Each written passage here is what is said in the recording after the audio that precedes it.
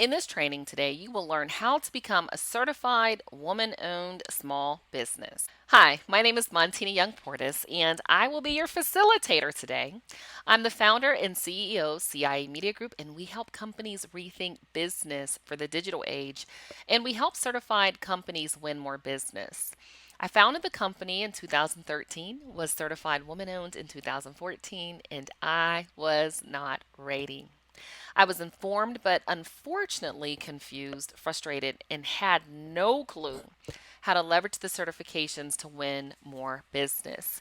So I wasted money, I wasted time, and I wasted resources.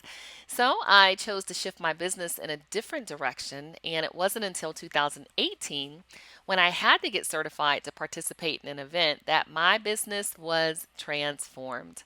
I cracked the certification code, won Tier 1 Supplier of the Year up to $1 million, actually Class 1, through the Georgia Minority Supplier Development Council. I learned what it takes to leverage the certifications, build relationships, and win more business.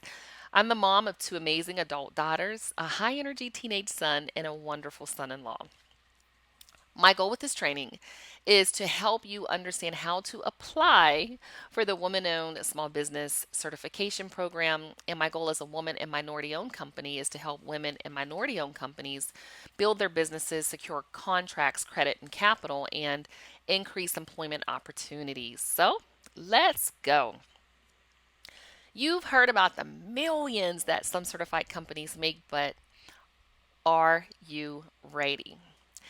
This portion is part of a larger presentation around the 10 certifications that can help you win more business. So I'm going to talk a little bit about this section, but there's more in-depth conversation in that training. So, certifications, here's why they matter and how they set you apart. They give you access to opportunities, again, access, no guarantees, to Fortune 500 companies, government agencies.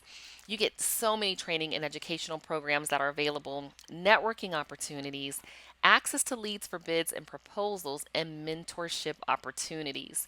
The biggest thing is that they set you apart because your company is vetted by that certifying agency. So many of us are like, show me the money. Well, contracting officers can use what we call set asides and sole source contracts to help the federal government meet its small business contracting goals. The federal government prefers a contract with small businesses whenever possible. Contracting officials can use set asides and sole source contracts to help their agencies meet their small business contracting goals. And you can see that listed here: the contract value, the small business set aside requirement. Now, again, this is not easy, it just gives you access. But sometimes having that knowledge is really that power that you need, or that confidence that you need to pursue these opportunities. But the essence of strategy really is choosing what not to do. So that means you can't do everything, you can't do it all. So, again, I want to talk to you a little bit about this program and walk you through how to submit the information. I get this question all the time, and so I thought I'll create a small, short presentation on how to get the information, the certification. So, to be eligible for the SBA's WASPI, it's called WASPI program, a company must be at least 51% owned and controlled by a female U.S. citizen. The WASPI program limits certified organizations to specific NAICS codes, and the company must meet the size standard as defined by the SBA. Now, I'm going to walk you through how to find your NAICS codes. I'm going to walk you through the size standards as well. The EDWSB, or of course, Economically Disadvantaged Woman-Owned Small Business. To qualify as an economically disadvantaged woman-owned small business, or EDWOSB, your business must meet the WASPI requirements, and the owner of the company must demonstrate economic disadvantage in the following ways. Your personal net worth is less than $750,000, and it's some exclusions that do apply. So if your net worth is less than $750,000, you'd qualify as a EDWSB. If it's not, you qualify as a WOSB. So let me walk you through now how to determine your NAICS codes and the size standard as defined by the SBA. The North American Industry Classification System, or NAICS, is a classification of business establishments by type of economic activity. So it's used by government and business in Canada, Mexico, and the United States of America. How do you find your NAICS codes? You go to NAICS.com and you're going to enter in a keyword that's related to your business. Now, as you can see here, it's just a small amount of industries. So no matter what you do, it needs to fit into one of these. If you say it doesn't fit, well, then you're not in business according to the federal government. Okay? Pick one.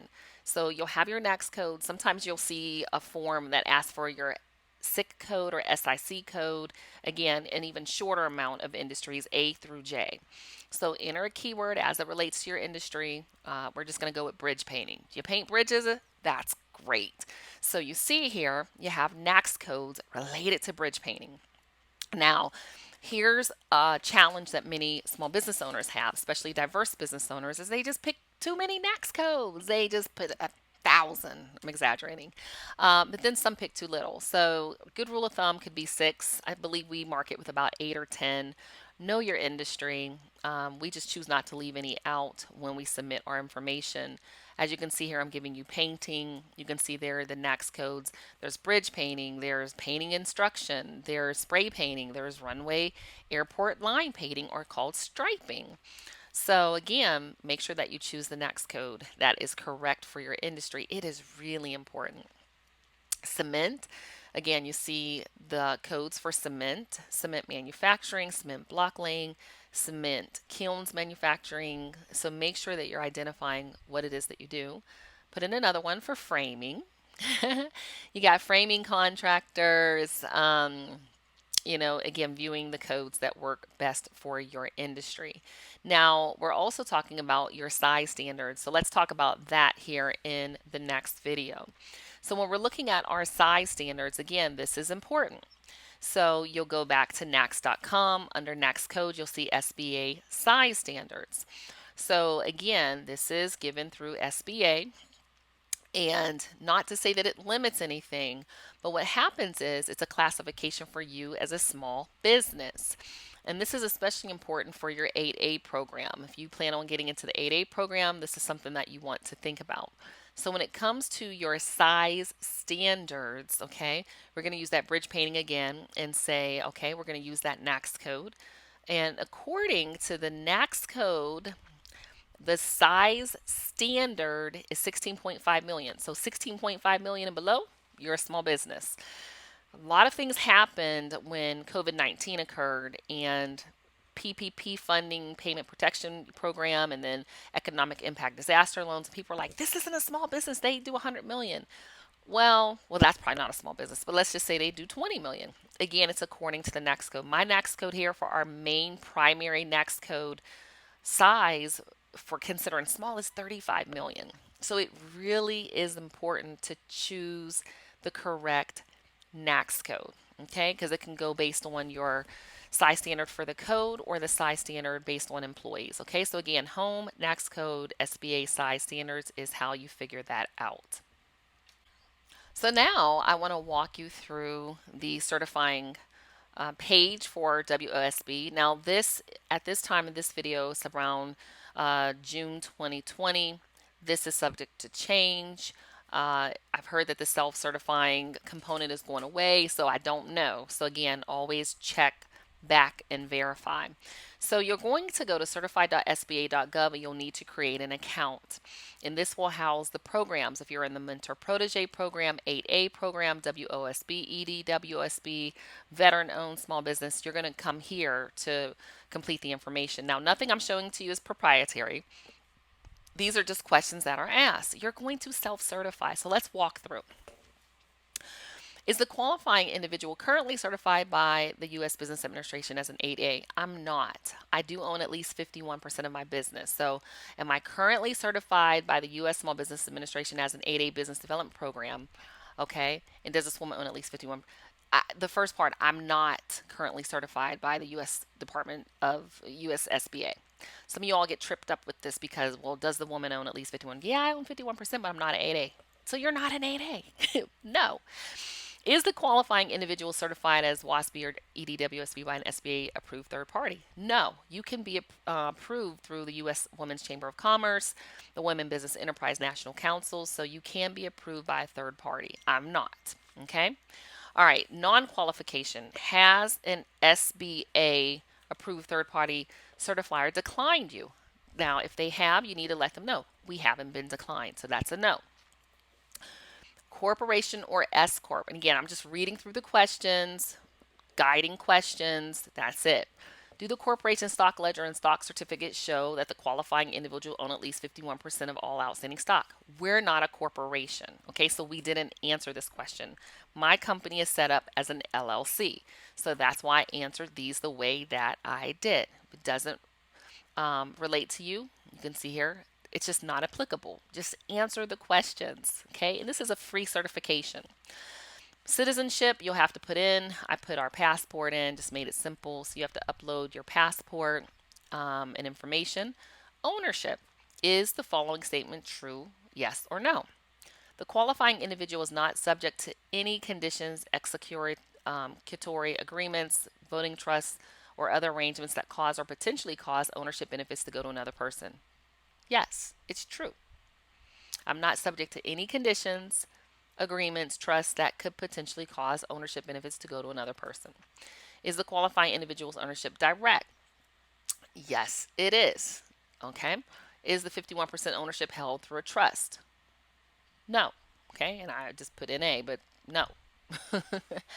Management. Are the management and daily operations of the business controlled by the qualifying individual? Yes, I control the day-to-day operations. Now you may not. If you don't control the day-to-day operations, put no.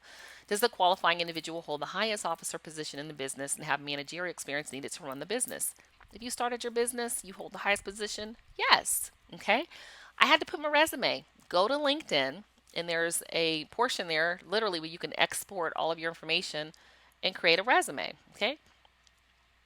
Does the qualifying individual have ultimate managerial and supervisory control over those who possess the required licenses or technical expertise for the business? Okay, or you may have the technical expertise or possess the required license for the business. Yes. Does the qualifying individual hold the highest officer position, manage the business on a full-time basis, and devote full-time attention to the business during the normal working hours of similar businesses? Now, this might be a no for you. If you're not running your business full-time and you're doing it part-time, it might be no. Doesn't necessarily mean you're going to be disqualified, but answer these truthfully.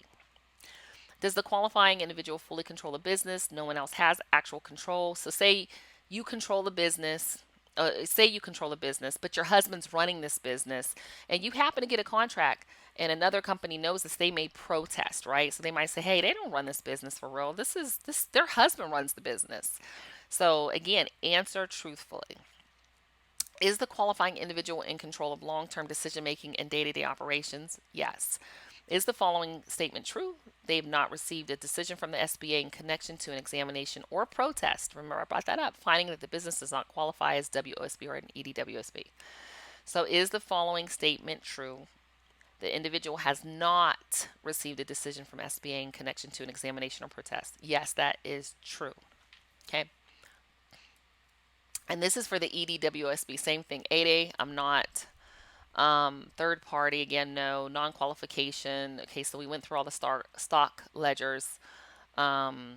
Citizenship, again. Ownership, you're going to do. Management, again, you're going to do. SBA. So here's where you get to the net worth portion. Okay, can the qualifying show that the personal net worth is less than $750,000? Yes. Is the qualifying individual's adjusted gross income average over the previous 3 years less than $350,000? Now let me say something here.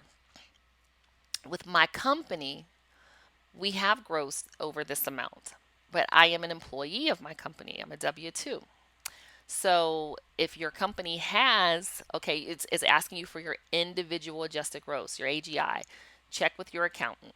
Okay, but I'm probably thinking that most of you watching this video, this isn't applicable for you. So again, answer yes or no and put your appropriate response. And if you've made more than that, that's fantastic.